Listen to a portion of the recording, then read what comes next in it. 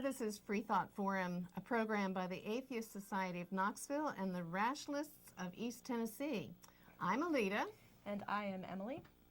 And we want you to know that if you don't believe in God, you are not alone. Right here in East Tennessee, you can find free-thinking atheists and agnostics. This is a show for them and for people committed to a life rooted in science and free of supernatural beliefs. On today's show, Emily and I will be interviewing Rita Swan, the president of Children's Healthcare is a Legal Duty, or CHILD, C-H-I-L-D. But first, we want to tell you a little about the sponsors of our show. The Atheist Society of Knoxville frequently has a fun meetup at a bar or eatery. Tonight, as usual, the meetup is at Barley's in the Old City, starting around 5:30. Look for the silver-jacketed copy of The God Delusion standing upright on the table. And as Matt Dillahunty at the Atheist Experience says, everyone is welcome to our happy hour for food, drink, and conversation. But if you plan to preach, proselytize, provoke, or punch, please don't. No, please don't. Especially punch. Unless it's drinking punch. Well, I do that. The Rationalists of East Tennessee have several regular monthly meetings. The first and third Sunday mornings of the month are usually lectures with lively roundtable discussions. The second Sunday, we hold the Skeptics Book Club. On the fourth Sunday of alternate months, we have a potluck called Reflections in Someone's Home. Later in the show, we will give you our websites to visit for additional details, including times and locations. In the news, so locally, the University of Tennessee head basketball coach, and the University of Tennessee is heavy into sports. But Rick Barnes spoke to the Heritage High School seniors this week at their baccalaureate. Now, even the practice of having a baccalaureate for a public high school is questionable.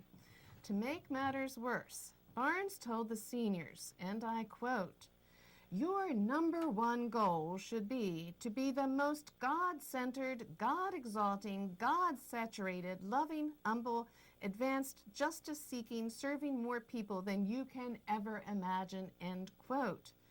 According to the Maryville Daily Times reporting the next day, quote, "He encouraged the teens to be a light that shines before others, to live a happy and comfortable life so that others recognize something is different about them, and that will give them an opportunity to share their faith." And this was for a public high school baccalaureate. Yeah, I can't believe these things still happen. I know.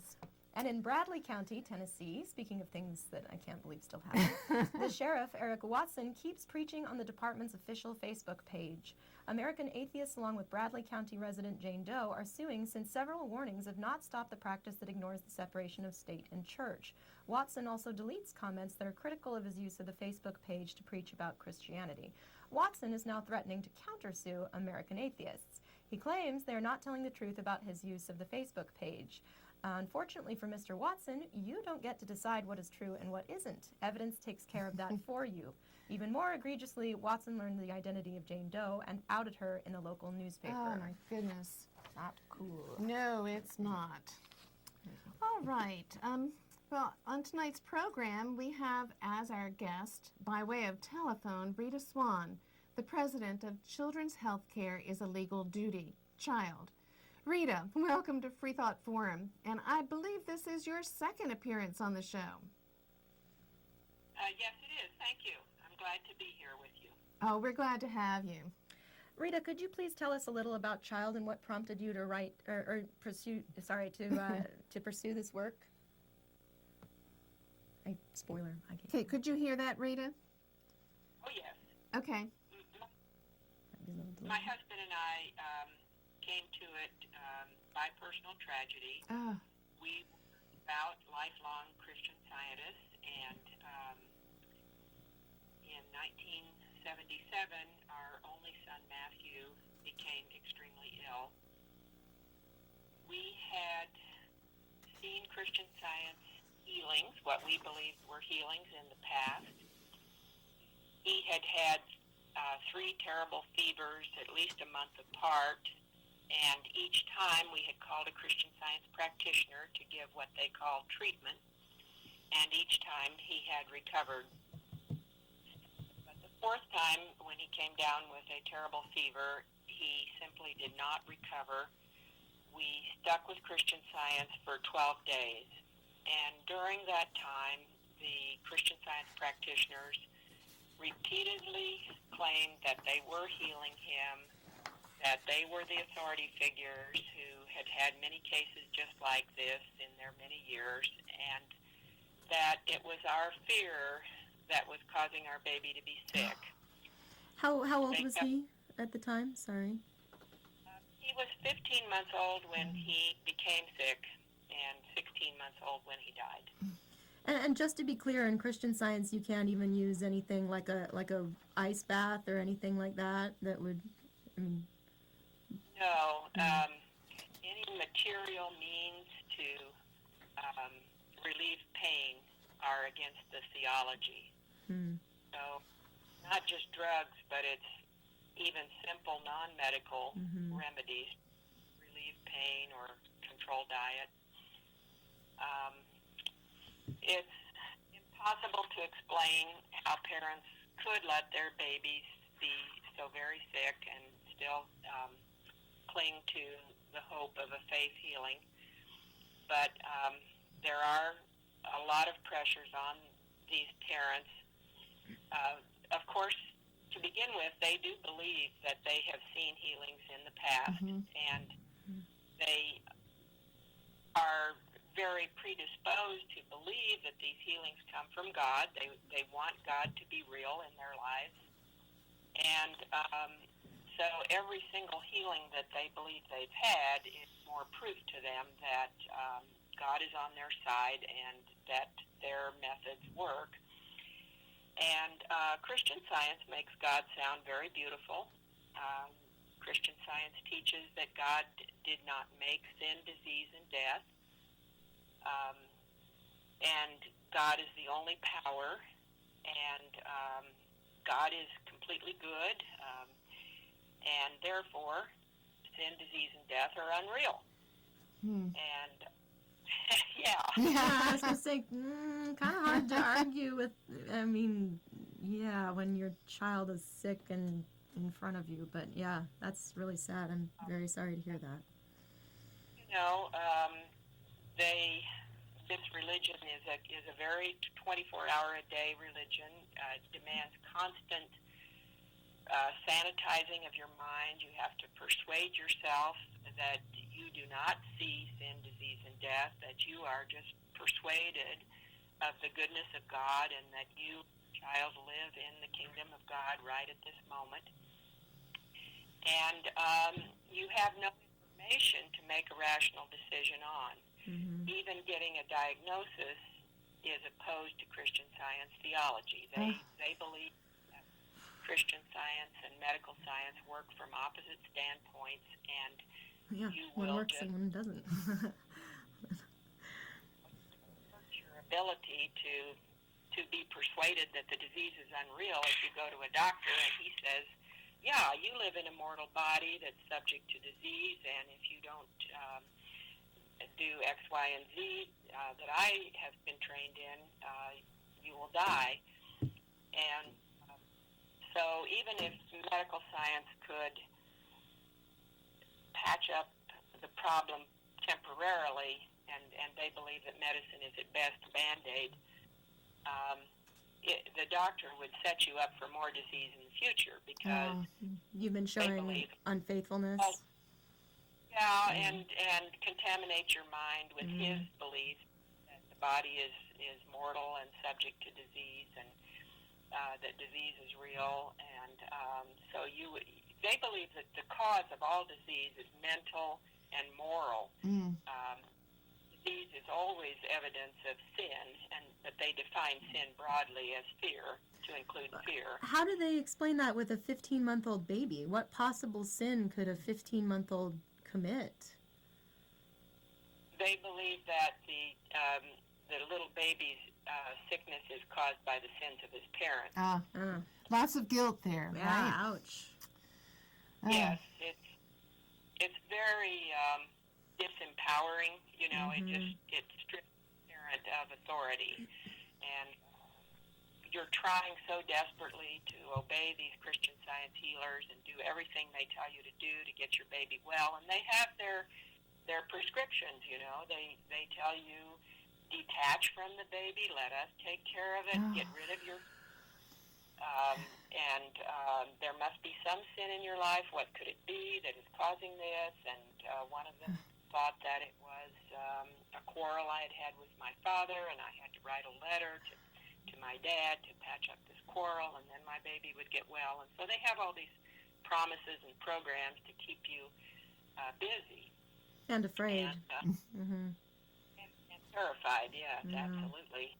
And helpless, you know. Yeah. You don't have any information. You don't know what medical science could do. You don't know whether they could help you. But you know that if you do go to a doctor, the Christian Science practitioner will not be able to give you their Christian Science treatment. And then if the doctor says, I can't help, or you should have been here 2 weeks ago, you're left with no God and no doctor. Right. Oh. Wow, what a catch-22. I'm so sorry. It's a very vicious catch-22. On the 9th day of his illness, we told the practitioner we couldn't stand it anymore. We wanted to dismiss her and go to a doctor. And she just berated us. She said, you'll have a long, hard road back to Christian Science if you do. I won't be able to pray for Matthew if you do. And my husband said to her, well, this might be a contagious disease. And regardless of what our faith is, it should be diagnosed so that the community can be protected. And the practitioner just poo-pooed that and said, you're too concerned about what the community thinks, and it's your false maternal fear that's interfering with work. I'm absolutely convinced the healing is coming. And so we stuck with Christian Science for 3 more days after that. And then on the 12th day, she said, well, Matthew might have a broken bone, and Christian Scientists are allowed for broken bones. And we had never thought that, but she had made it legal for us to go to a doctor. There was a loophole. Yeah. Yeah. Yeah. Unbelievable. We assumed that she would continue to pray for him if we went with this story about a broken bone. So that's what we did. We went to the emergency room of a hospital and walked in and said we wanted our baby checked for a broken bone. Oh. And they died. I'm sorry, did they find out what was wrong? Yes, he had H. flu meningitis in a very state, and they did emergency neurosurgery to relieve the pressure on the brain. And he lived for a week in intensive care on a respirator in the hospital. And the practitioner, when she found out what we had done, she was nearly hysterical. Her biggest concern was that the church was going to blame her. Yeah, and, well. She just yelled at us and said, I didn't tell you you could go to a hospital. You could have just taken him to an x-ray clinic and just checked for a broken bone and not told them about the fever and all this other. And here you had lost your son, and she's angry at you. Oh, yes. Oh. I'm so sorry. I have 4 kids, and I can't even imagine how just utterly devastating that would be. It is pretty bad. You know, it's been almost 40 years for us, and I wouldn't go through the first year for all the money in the world again. No. But, nobody would. So, the pain left in time, but it never disappears. Right. And that's grieving is certainly a long journey that you never really complete. But would you tell us something about your organization, Child? Yes.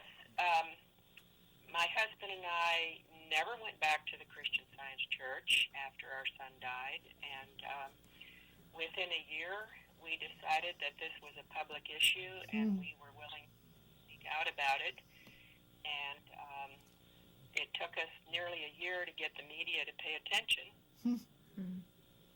But finally, Phil Donahue took the story and gave us a whole hour on national television, and that was back in the days when he was almost the only talk show. So we got 600 letters, and many with similar stories. And, yeah, I'm surprised. I was going to say this has to happen all the time if it's that so much of a recipe for disaster. So, people asked us to start an organization so that we give money to it, and that's what we did. CHILD stands for Children's Healthcare as a Legal Duty, and its mission is to stop child abuse and neglect that is related to religious beliefs or cultural traditions or any strongly held belief systems. And we are best known for our work against faith-based medical neglect of children, but there are, of course, many other types of abuse that have been justified by one group or another as a religious practice, and those would certainly include severe corporal punishment, exorcism, child marriage, female genital. I was going to ask, if that was on there. That's good. Child labor. Mm. So we have done a fair amount of work on corporal punishment, too, that has been carried to the extremes of killing children or maiming them.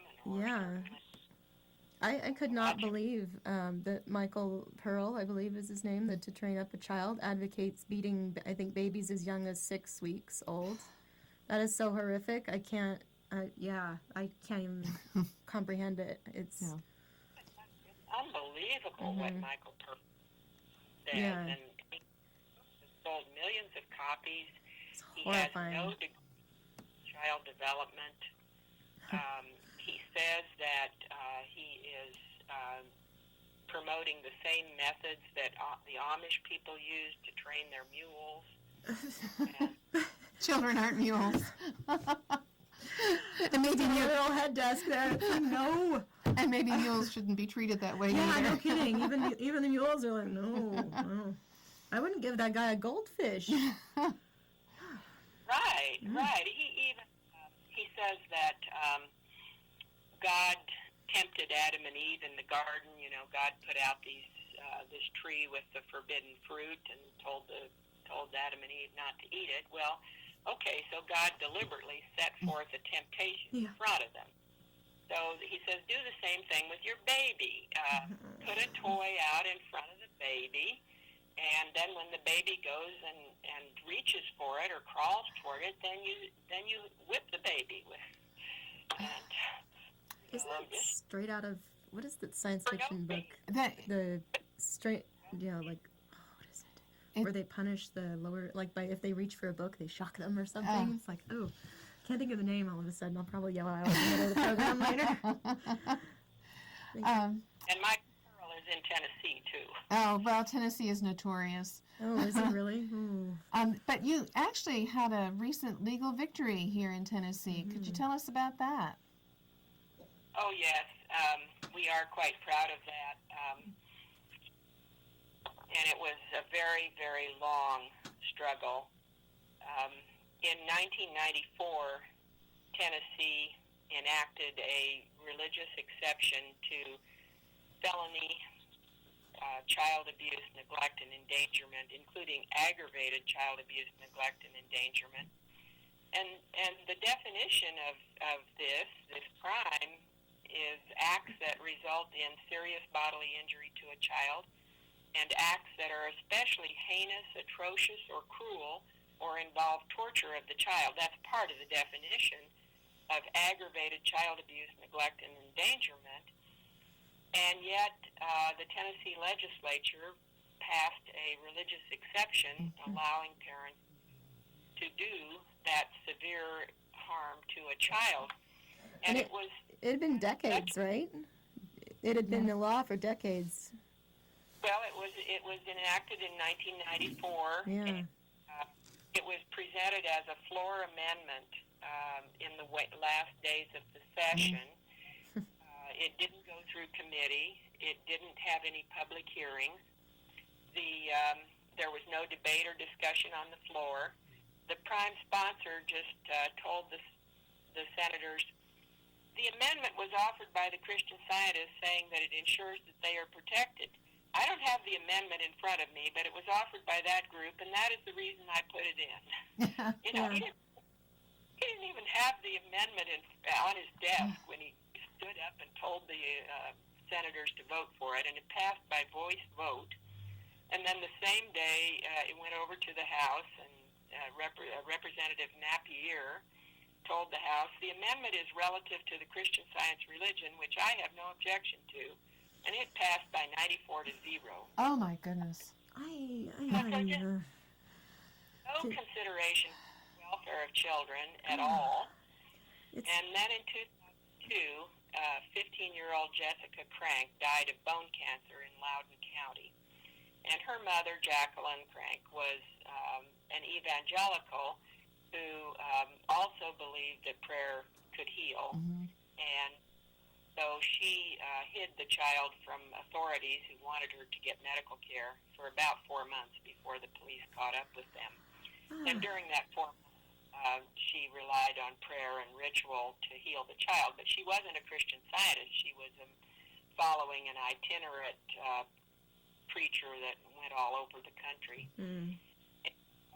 So then when she was charged with child neglect in Loudoun County, she tried to argue to the court that this religious exception should protect her because she had done basically the same thing as Christian Scientists were doing. And the court went ahead and convicted her, and she appealed, and we filed an amicus brief to the Tennessee Court of Criminal Appeals, co-signed by several Tennessee and national organizations. And we argued that, yes, this law is unconstitutional. It certainly violates the Establishment Clause, but it also should be ruled unconstitutional because it violates the 14th Amendment rights of children to equal protection. Wow. But the Tennessee Court of Criminal Appeals would not consider any constitutional issues and upheld the woman's conviction. And so then she appealed to the Tennessee Supreme Court, and got a hearing, and they said they wanted to consider the constitutional issues. And we filed a second amicus brief to the Tennessee Supreme Court. But finally, in 2015, 13 years after Jessica Crank had died, the Tennessee Supreme Court upheld the mom's conviction. And they ruled that the law was not vague. It was not unconstitutionally vague. It was reasonably clear that it just applied to the Christian Science. Oh, so close. Yeah. And they refused to rule on whether or not it violated the Establishment Clause. They said, well, it was clear enough, so Mrs. Crank should have known that that she didn't have a right to this religious exception. Yeah. So a conservative court is very reluctant to overturn a legislative prerogative. So we were left with nothing but legislative remedy. And so that's what we did this year. And we are just so grateful that we were able to persuade the legislators to remedy this wrong law and get it off the books. And that was in April, correct? Yes, it was. And has Governor Haslam signed it yet? I missed that part. He signed it on April 29th. Okay. Mm-hmm. It's supposed to take effect July the 1st. But just yesterday we were told that the governor's going to have a ceremonial signing of this bill on June the 9th. Oh, that's wonderful. He's got a little backbone then. Yeah. Mm-hmm. Well, He only does that for like less than 10% of the bills, and the sponsors will be there, and maybe he'll use several pens to sign it and give out pens, and I'm just, I'm very pleased, very pleased. It could have big victory. been so different. Because it was a big concern about religious liberty in Tennessee. Mm-hmm. With the U.S. Supreme Court legalizing gay marriage, there was a tremendous amount of concern over gay marriage in the Tennessee legislature. There were many bills introduced to enhance religious liberty. There was a bill passed that designated the Holy Bible as the official. And they tried. Yeah. Well, and such hypocrisy, like because a lot of these people are the same people that would say that they're for pro-life, but they're willing to let Right. kids die for religious liberty. That does not make any sense to me. It's like they're pro-life until the baby is Yeah. born. And then it's on its own. Yeah. So sad. But this took a long time to work its way through the courts. Is that typical? It is with many of these faith-based cases, because these laws have been passed in such an underhanded way. Some of them are very mealy-mouthed and ambiguous, and the faith healers will claim that they are absolute blank check, and the courts will try to refine it and limit the scope of it, and many of these cases are in the courts for a decade. Yeah, it's so sad. Do you find that some states are more likely to support the mission of child than others? Well, it is odd, Seems like everyone should be on board with this, It's like, could we it not? doesn't split on political lines and Yeah. normal partisan. It's too bad. In Tennessee, over 75% of the legislature is Republican. Mm-hmm. Our bill, You cut out there, Rita. beg your pardon? You cut out there for some reason. We couldn't hear you. After the Republican. Okay. Well, in Tennessee, at least 75% of the legislators in both chambers are Republicans, and many are strongly pro-life. But we met with them. I made 4 trips down to Tennessee, and I met with 14 legislators individually on the first time I went down in January, and they really saw it as a pro-life measure. The ones who are very conservative and pro-life, and there was just one legislator who opposed us strenuously, and he said in committee, he said, we've all been shocked at how fast the gays have advanced their agenda, and this bill is a slippery slope, and if we pass this bill, why in 5 years the Amish might lose their religious exemption from buying health insurance. And I thought, well, that would be kind of a good idea. Right? Oh, no. The Amish had health insurance, but fortunately, the majority of legislators agreed with us, and hopefully they thought it was the right thing to do. We have a map up on the screen that shows religious exemptions by state, and I know that our viewers can't see the key, but basically the darker the state, the worse they are regarding religious exemptions, and the lighter they get, the better they are. So you can see there's Louisiana down there, and Alabama. Is that right? Mississippi. Louisiana and Mississippi, both very dark. Virginia's. Yes, Arkansas, Louisiana, and Mississippi Yes. are all states that have a religious exemption to a homicide charge. Arkansas even has a religious exemption to capital murder. Oh, And, that's it awesome. just kind of blows your mind that 2 parents could do exactly the same thing to a child, and one parent would get the death penalty, and then the other parent would say, well, it's my religion, and he would not get charged with murder. I'm kind of surprised to see up there in the Northwest some black states. I would expect those to be more in the South, like Texas and Oklahoma, are dark blue. No, it's Mormon Oh, contamination. that's right. Mormon. Speaking from experience here. And yes, Utah's Yeah. dark blue, right?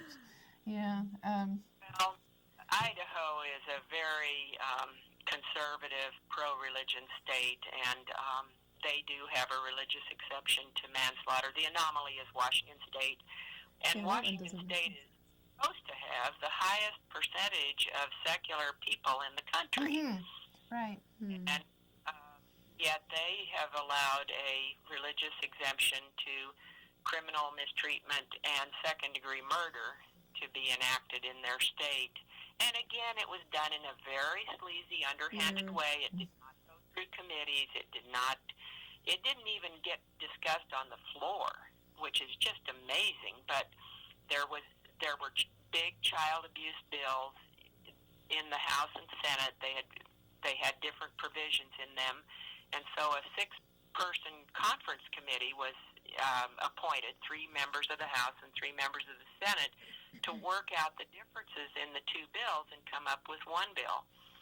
And somehow the Christian Science Church got to the conference committee and got the conference committee to put in a religious exemption just for Christian Scientists into that final bill. And I didn't know that was even legal or ethical. Yeah. You know, I thought the conference committees had to work strictly from the text of the bills that had come before them and were voted on by the full body. But that was not the way it happened in Washington, and it's an incredible law we have in Washington. It says that a child or a dependent adult that's getting Christian Science treatment in lieu of medical care is not considered deprived of medically necessary health care or abandoned. So essentially they have passed a law saying that Christian Science is medically necessary health care for a child that is sick with any disease whatsoever. And then that carries over into the same religious exception to second-degree murder. So that's very unusual, very strange that Washington would have a law that bad. But then Idaho, of course, we consider Idaho the worst in the nation because they not only have the religious exemption to manslaughter, but they have several congregations that believe in faith healing and have let hundreds of children die over the years without medical care. Well, and I understand it's kind of becoming almost a mecca for parents who want to be able to get that exemption, which is terrifying. I mean, They moved to Idaho. Yeah, because they know they won't be prosecuted. Yeah. So We've heard that anecdotally. Yeah. In Oregon, there was a Followers of Christ congregation that opposed medical care, and we worked for 12 years to get all the religious exemptions repealed in Oregon. And in 2011, my husband and I moved out to Salem, Oregon, and were able to go to the Capitol every day as needed to persuade the legislators to repeal those last 4 laws. And the Followers of Christ in Oregon, one congregation, one church building, the people in that one church congregation had let over 80 children die over the years without medical care. And since 2009, there has not been a single Followers of Christ child die in Oregon from medical neglect. that's wonderful. But we have heard that, and we've just heard this anecdotally, we can't prove it, but we've heard that there are some Oregon Followers of Christ people that have moved to Idaho just because they don't do anything about faith deaths in Idaho. And there are 4 different Followers of Christ congregations in Idaho, and there are a lot of children that have lost their lives in those faith healing cults. We have a second web page just for Idaho. It's www.children.org, and we have a spreadsheet on the web page of all the children that we know of whom we believe have died as Followers of Christ children. And the percentage of deaths in one of the Followers of Christ cemeteries, the percentage of deaths in that cemetery that are children or stillborns is 10 times higher than the statewide mortality figures. Sure. It's like medieval, almost, right back to that. Yeah, in fact, one of the cases I heard was Mariah Walton was particularly egregious, and that one's of interest to me. I don't think she was follower of Christ. I think she was a fundamentalist Mormon, so that always piques my interest, but do you have any details about that? I'm hoping you'll show a PSA about her. She We- has been we interviewed. will. Picture, I believe. We will, in a little bit. We have a PSA coming up, but we have a picture of her here. Yeah, yeah, very sad story. Her parents say that they've been members of the Mormon Church all their life, and but the sisters say that they got off into a kind of a subgroup of extra fundamentalist Mormons, and they did not get medical care for their 10 children.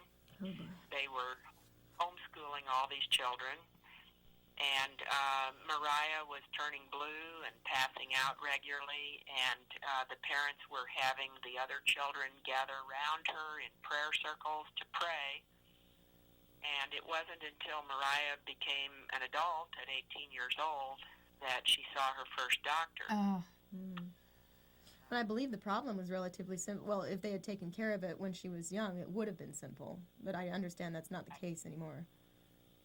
No, she was born with a hole in her heart that could have been fixed with a baby. But now that she's an adult, 20 years old, her only option is a heart transplant and a double lung transplant. Yikes. And what is also very sad is that her mother has turned against her. Her mother has posted on Facebook and said this had nothing to do with faith healing. I've been a Mormon all my life, and we just didn't know that Mariah was sick until she was 18 years old. And Well, yet you she should have passed known. out. Yeah, I know. She just did that for fun. Right. Oh. So I think we have some websites from some of the organizations in Idaho. I know you work with those closely. Here, there we go. So we have your website, childrenshealthcare.org, and idahochildren.org, and protectidahokids.com. And there are, on protectidahokids.com, there are several, you mentioned the public service announcements that are available, so maybe we can play a couple of those. I think that was your line, but one of them does feature Mariah Walton's sister, Emily. Not this Emily, but another Emily. Good name, though. Good name.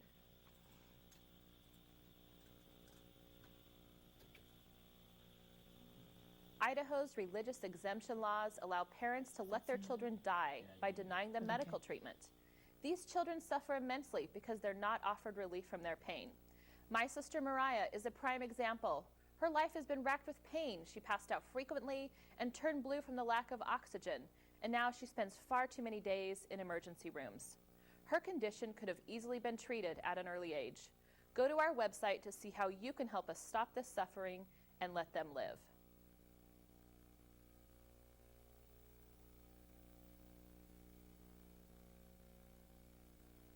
In Idaho, religious exemption laws allow parents to deny medical treatment for their children, causing great suffering and sometimes death.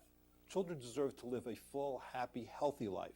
Visit our website and see how you can help change these laws and let them live. There are actually several more of those public service announcements on the protectidahokids.com site. So if anyone wants to go, and there's a place to sign a petition to work against these religious exceptions in Idaho. So, I would encourage people to go to that site, especially because I was talking with Bruce Wingate yesterday, and he said the more signatures they get from out of state, it makes it even better. So even though we're here in Tennessee, signatures would help. All right, so the Emily here in the studio with me. Now, you're a former Mormon. Yes. So I'm sure it's not as severe with the kind of damaging things religion can do, but do you have stories from your religion you'd like to share? Oh, sure. I mean, I don't know how much time you want to take. I don't know if we have to break for the program sponsor or anything like that. Maybe but- share a story and then we'll take a break. Okay, yeah, because I could talk about that all day. But Maybe we should interview you one day. Yeah. But I mean, just like there's a lot of, as I mentioned earlier, probably to you, that there's still a lot of attempts to force gay people to stop being gay, and there have been the suicide and depression rate in Utah is higher than the national average. It's there have even been children that have killed themselves over even things like masturbating. The homeless population in Utah amongst teenagers, they're very highly proportionate. They're gay. They've been kicked out by their families, and even more subtly, I mean, like it's the gender roles are very rigid. And I got married very young. A lot of my friends got married very young. My roommate from BYU, she was one of the most intelligent people I ever knew, but she went. She's had 8 kids so far. May not be done, and one of my friends, so a friend of a friend, actually gave up an acceptance, I think it was into Stanford, in order to stay home and go to BYU and be a wife and a mother. So things like that. Yeah. There's all kinds of things. So that plays into some of the work you do, Rita, with teen suicide from religious neglect or abuse. Do you work with that? We report on it in our newsletters. Okay. I wouldn't say we've got the resources to do much about it. We support the legislative work to ban gay conversion therapy. I just got the signal that it's time for us to take a program break for our sponsors. So in case you're just tuning in, this is Freethought Forum, a program by the Atheist Society of Knoxville and the Rationalists of East Tennessee. Freethought Forum is funded jointly by them and by individual contributions. Shows are live most every Tuesday from 5 to 6 p.m. Eastern on Knoxville Community Access Television Channel 12 or Channel 194, depending on your local cable network. Tell your out-of-town friends to see us streaming online at ctvknox.org. This is a call-in show, and we are live today, May 24th, 2016, and viewers can call in now to the number on the screen with a short comment or question. Call in now while we go to an informative break. If you live in or around the Knoxville area and are questioning your religious beliefs or simply believe in one less God than everyone else, well, you're not alone. The Atheist Society of Knoxville is a fun and friendly group of people just like you that meets twice a week at a bar or restaurant. We meet every Tuesday night following the show at Barley's Tap Room and Pizzeria for happy hour. You'll find our group either inside or on the patio. Look for Richard Dawkins' silver-jacketed book, The God Delusion, standing upright on the table. On Fridays, we meet at Agave Azul or the Beard and Beer Market. But if you plan to preach, proselytize, provoke, or punch, please don't. We all question what we believe at one point in our lives. If this is the time for you, come join us for food, drink, conversation, and fun. Do you find stories of talking snakes laughable? Do you prefer the scientific method over supernatural beliefs? Are you concerned about religious leaders and organizations imposing their values and rules on your body, your family, and the rest of our society? Well, take comfort in the fact that you're not alone. The Rationalists of East Tennessee meets weekly for fellowship and provides a forum for people who support skeptical thinking and rational discussion of these and other issues. To find out more information or to find out about our next meeting, visit us on the web at www.rationalist.org. The Atheist Society of Knoxville, or ASK, has regular meetups, including evening meetups for fun, food, drink, and conversation. ASK's purpose is to supply a venue for community, camaraderie, and outreach to atheists, agnostics, freethinkers, and other like-minded persons in the East Tennessee area. Our Tuesday meeting is going on now at the Barley's Tap Room and Pizzeria in the Knoxville Old City. The Rationalists of East Tennessee has Sunday activities involving lively presentations and discussions on subjects topical and timeless. Once a month, we get together for a book club. The title of the June book is Unfinished Business, Women, Men, Work, Family by Anne Marie Slaughter. That's Sunday, June 12th, 2 p.m. at Books A Million on Kingston Pike. The public is invited to participate. You need not have read the book to attend, but of course it helps. Visit rationalist.org to find the rest of the calendar of books and join us at Books A Million, 8513 Kingston Pike, Knoxville, every second Sunday at 2 p.m. Both the Atheist Society of Knoxville and the Rationalists of East Tennessee help provide a social outlet where you'll find that if you don't believe in Zeus, Zoroaster, or Yahweh, You are not alone. All right. We'll go back to our program now. And Rita, I have a question for you also. So we've talked about faith healing and praying for children who have illnesses. And those who do that, whether they think they are doctors or just faith healers within their religions, do you think they're doing it with the best of intentions on their part? Yes, in most cases I do think so. I think they love their child.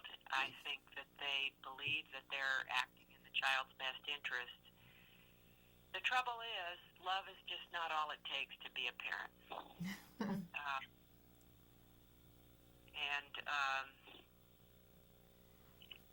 You know, there's nothing wrong with praying in my book, but a parent has or should have an obligation to do everything in his power to protect the life of a child. I'll never forget the prosecutor of the Twitchells, Christian Science parents who let their baby die of a bowel obstruction. Yeah. And he said, it's just a law of nature. He said in the closing arguments to the jury, he said, and there was Massachusetts law that the church was claiming protected the parents, and the parents had been advised that they had the protection of the law by the church, and so you felt very sorry for the parents. But the prosecutor in the closing arguments said, this law that a parent will do everything in their power to protect the life of a child is older than written law. Mm-hmm. It is the very basis of the social contract. And it was the law when we were living in caves. And if it weren't the law, none of us would be here. Oh, we have a caller, Rita. So That's a great quote. Very well said. it was, yes. So, caller, you're online, and could you tell us, have you listened to Freethought Forum TV in the past? Yes, I'm a regular listener. Well, good. And do you have a question or comment? Yes, I'm wondering how the American Medical Association weighs in on these laws and why they seem to have been so silent about them. That's a good question. Did you get that question, yeah, Rita? Rita, did you get that? Yes, the American Medical Association does have a position against religious exemptions from therapeutic medical care, and last year they adopted a position against religious exemptions from immunizations. So they do have official positions against these laws. We have found that the pediatricians are our strongest allies in the legislature. They are willing to come and testify and even walk around the Capitol halls with us and meet with legislators. The American Medical Association has to be careful because the chiropractors sued them for restraint of trade. And so they have to be careful how they present themselves. And at the turn of the 20th century, the American Medical Association, which was just getting organized, got laws passed in every state that would set requirements for Christian Science practitioners, that they had to have certain training in biology and anatomy and so forth. And the Christian Science Church won against them in the court. I wondered, and I thought they might object to that. That's too Yeah, bad. and the judge ruled that as long as the Christian Scientists don't claim to be doctors or to have any of the training or the knowledge or the tools or the procedures of a medical doctor, they can do their thing. They have the legal right to pray for the sick and to send bills for their prayers.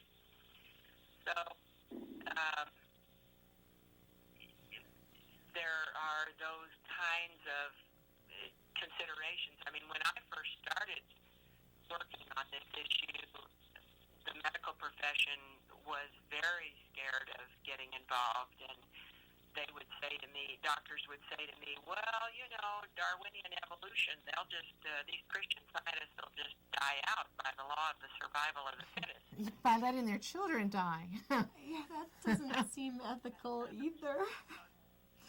They'd say, well, I don't want to force these crazy people to come to me. I'm busy enough with patients who want me.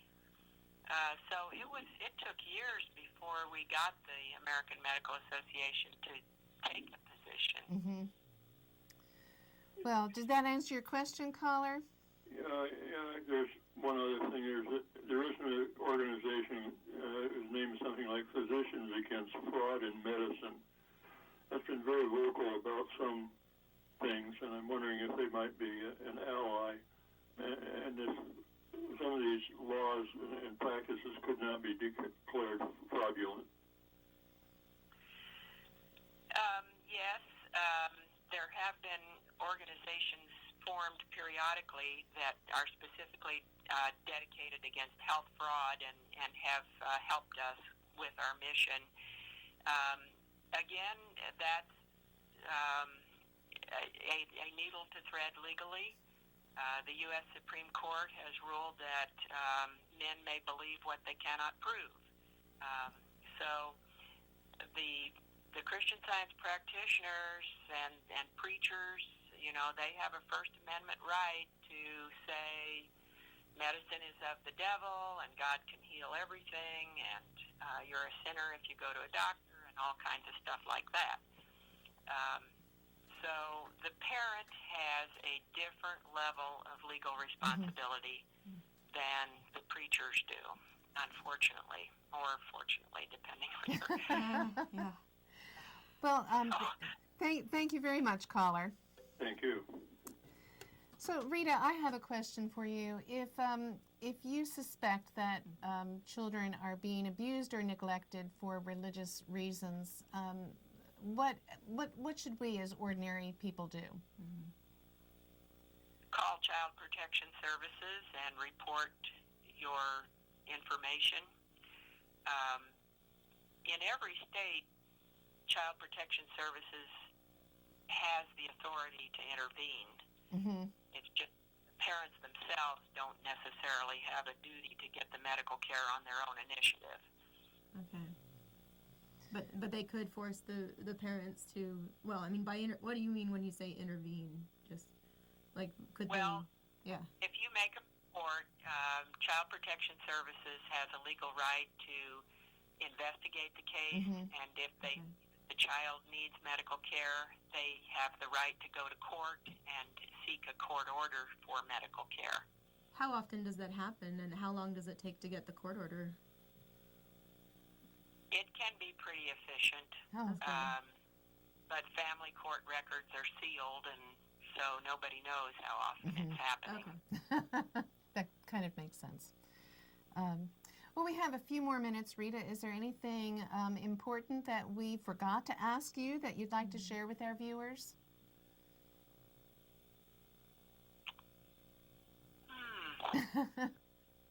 Other ways to get involved, perhaps? Or? Yes, well, of course, we always welcome members and donations, and if you would like to call us or contact us and ask how you can help, I will try to give you some guidance, and we won't pester you for money. The URL for child is on the screen right now, so we're talking with Rita Swan. And go ahead. Yeah.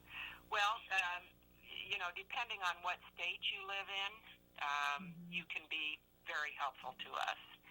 We are working on a congressional issue, and everybody could work on that. The Christian Science Church has gotten bills in the Congress to give them a religious exemption from the mandate to buy health insurance. We would, and it is true that the Amish have one. The Congress gave the Amish a religious exemption from purchasing health insurance, And so now the Christian Science Church wants to have that for everybody. And it passed the U.S. House by voice vote unanimously, so it's now in the Senate Finance Committee.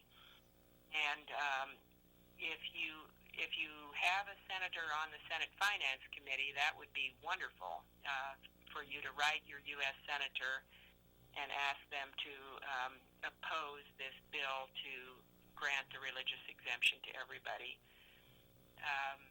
The Congressional Budget Office estimates that this will cost the deficit over $1.2 billion in 10 years.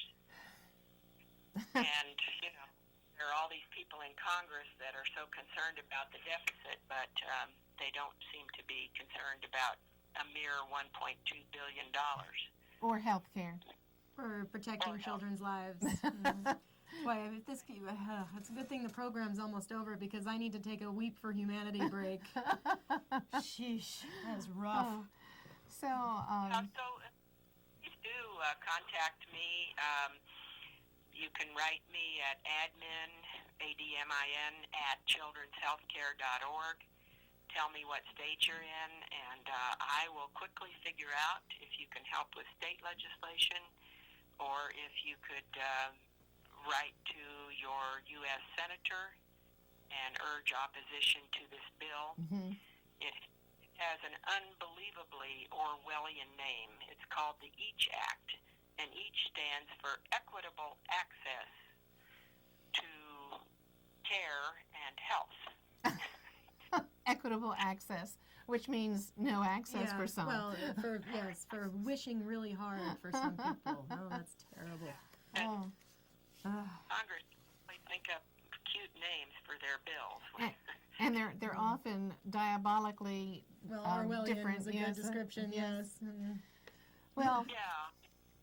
well, Rita, thank you so much for taking time to talk with us tonight. And the work you do really is very important. And we're glad that you are out there championing the cause for children's health care. And we hope you are very successful in the future. Absolutely. Thank you so much. So it's time for us to start wrapping things up. So get out your pen and paper.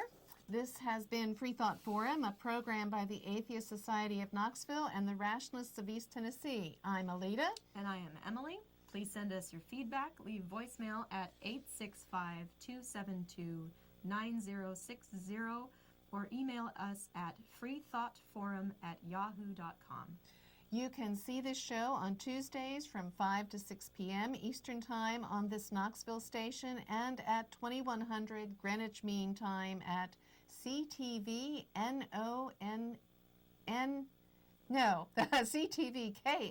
ctvknox.org.